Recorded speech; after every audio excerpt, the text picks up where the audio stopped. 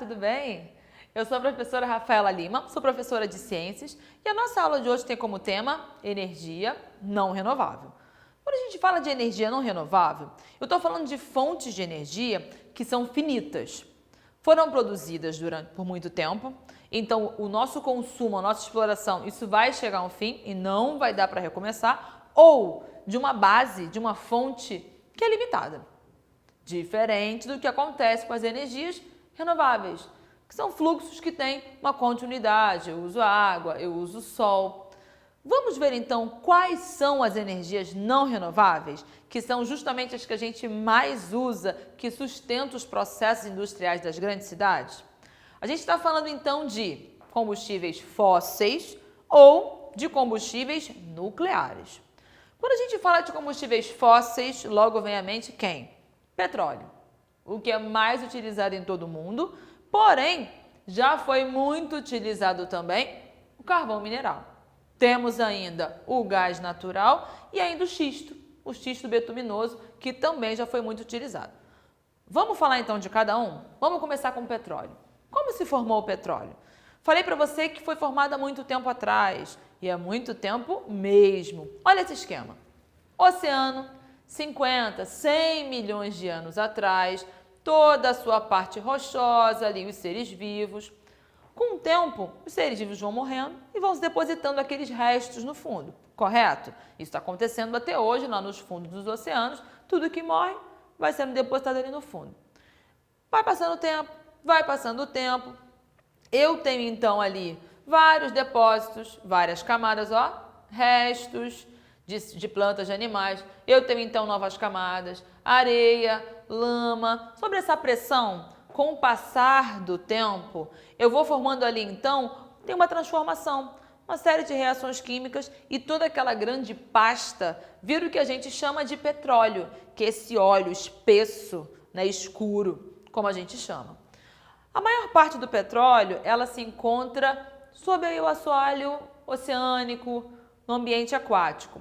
Porém, então, aqui mostrando esse exemplo, né, de uma extração desse petróleo. Porém, também podem ser encontrados em ambientes terrestres. E o que é feito? É feito, então, uma instalação onde a crosta ali, a rocha, essas rochas são perfuradas para a extração desse petróleo. Petróleo esse, então, que vai ser refinado e dele vão ser extraídos uma série de produtos, gasolina, óleos combustíveis, gases e até mesmo aí o que sobra para a formação dos asfaltos. Assim, tá, então entendi. Então entendi que o petróleo foi formado há muito tempo atrás pelo resto de seres vivos e que temos feito essa extração. Vamos falar então do carvão mineral. Carvão mineral já foi muito explorado, especialmente no início da Revolução Industrial. E o que é esse carvão? É uma rocha que foi formada aí há milhares de anos atrás. Repare, grandes árvores, restos vegetais, estão aí em torno de 250 milhões de anos. Lá na profundeza vai sendo formado, olha esse esquema aqui interessante. Eu tenho então várias camadas, então ó, a gente está aqui. Tem várias camadas de rocha, eu tenho arenito, eu tenho folhelho, que é uma rocha sedimentar, que é o xisto, que é uma rocha bem escura. Camadas diversas de arenito, siltito. E o carvão mineral está onde? Está lá embaixo. Ele foi formado, então, pela pressão e pela temperatura da terra mais alta lá embaixo, formando, então, aquela rocha, uma rocha orgânica, com esses restos vegetais. Isso é o carvão mineral. O xisto, ele tem uma aparência similar, está aqui na letra D, o xisto betuminoso, também assim muito escuro, essa rocha escura. Aqui no Brasil tem bastante, enquanto os Estados Unidos é o primeiro produtor aí onde demanda grandes áreas com xisto, o Brasil está em segundo. Desde 1800 a gente já extrai xisto e já utiliza essa rocha sedimentar. E próximo, muitas vezes, ao aquecer essas rochas, sai ali um óleo, que é o betume. O betume já há muito tempo que esse óleo espesso, ele é utilizado para diversas fontes, para vedação, para produção de energia e hoje ainda é utilizado. O betume, ele tem assim uma aparência, uma textura bem similar ao do petróleo, tá? Porém, a sua queima, ela ainda é mais poluente. Então, você entendeu que petróleo formado aí nesse ambiente aquático, o carvão e o xisto formado nesse ambiente terrestre. E aí você se pergunta, mas e o gás natural? O gás natural, porque para alguns passa a ideia de que o gás natural ele é pouco poluente, então ele não tem relação com petróleo, mas tem. A formação desse gás, repara, ó, depósito de óleo e gás, é a mesma origem do petróleo.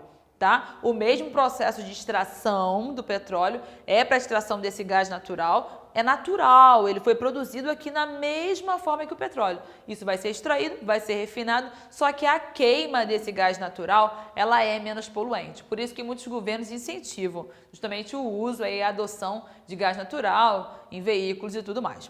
Então você entendeu a formação desses combustíveis fósseis? Entendeu que se algo que foi formado há tanto tempo, quando acabar, acabou? Daí a demanda da gente estar estudando e utilizando as energias renováveis, além do fato de que estas são bastante poluentes.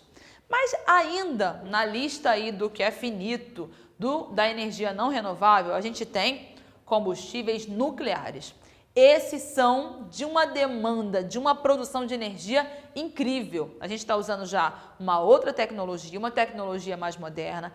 A questão de, em usinas nucleares, sob uma situação de controle total, utilização de fissão nuclear de urânio. Você fala assim, eita, do que estamos falando? Estamos falando de física, de química aplicada, de forma que ao bombardeamento no ambiente completamente controlado, bombardeamento com nêutrons de um núcleo de urânio. Você fala, gente, algo muito pequeno e muito poderoso, porque quando ele se rompe, a quantidade de energia que ele libera é imensa. É tanto calor, é tanta energia térmica que tranquilamente aquece muita água, que gera vapor, que move turbinas e produz energia elétrica. Então a jogada é essa, é produzir essa energia, muita energia, e botar turbinas para girar e produzir energia elétrica. Então, assim, produz muita energia? Produz muita. Então, assim, é bem interessante. Porém, o urânio, para se extrair esse urânio, isso é finito. E há uma série de questões a se pensar a respeito disso. Por quê? Porque a fissão nuclear é a mesma base para a produção das bombas nucleares.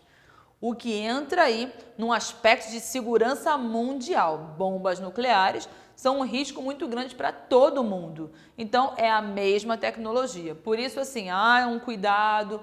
Fora que o lixo, o resíduo que é produzido é um lixo radioativo muito perigoso, que ele demora muito tempo a deixar de emitir essa radiação. Se houver um acidente nuclear, o perigo é muito grande também. Então, assim, é uma energia, é uma fonte de energia, assim, bombástica, produz muita coisa, porém há uma série de perigos envolvidos nela. Então, você entendeu a energia não renovável, formação de petróleo, de carvão, de xisto, de gás natural, algumas das características do combustível nuclear? Então, podemos ficar por aqui e até a próxima. Você é muito bem-vindo nas nossas aulas. Tchauzinho!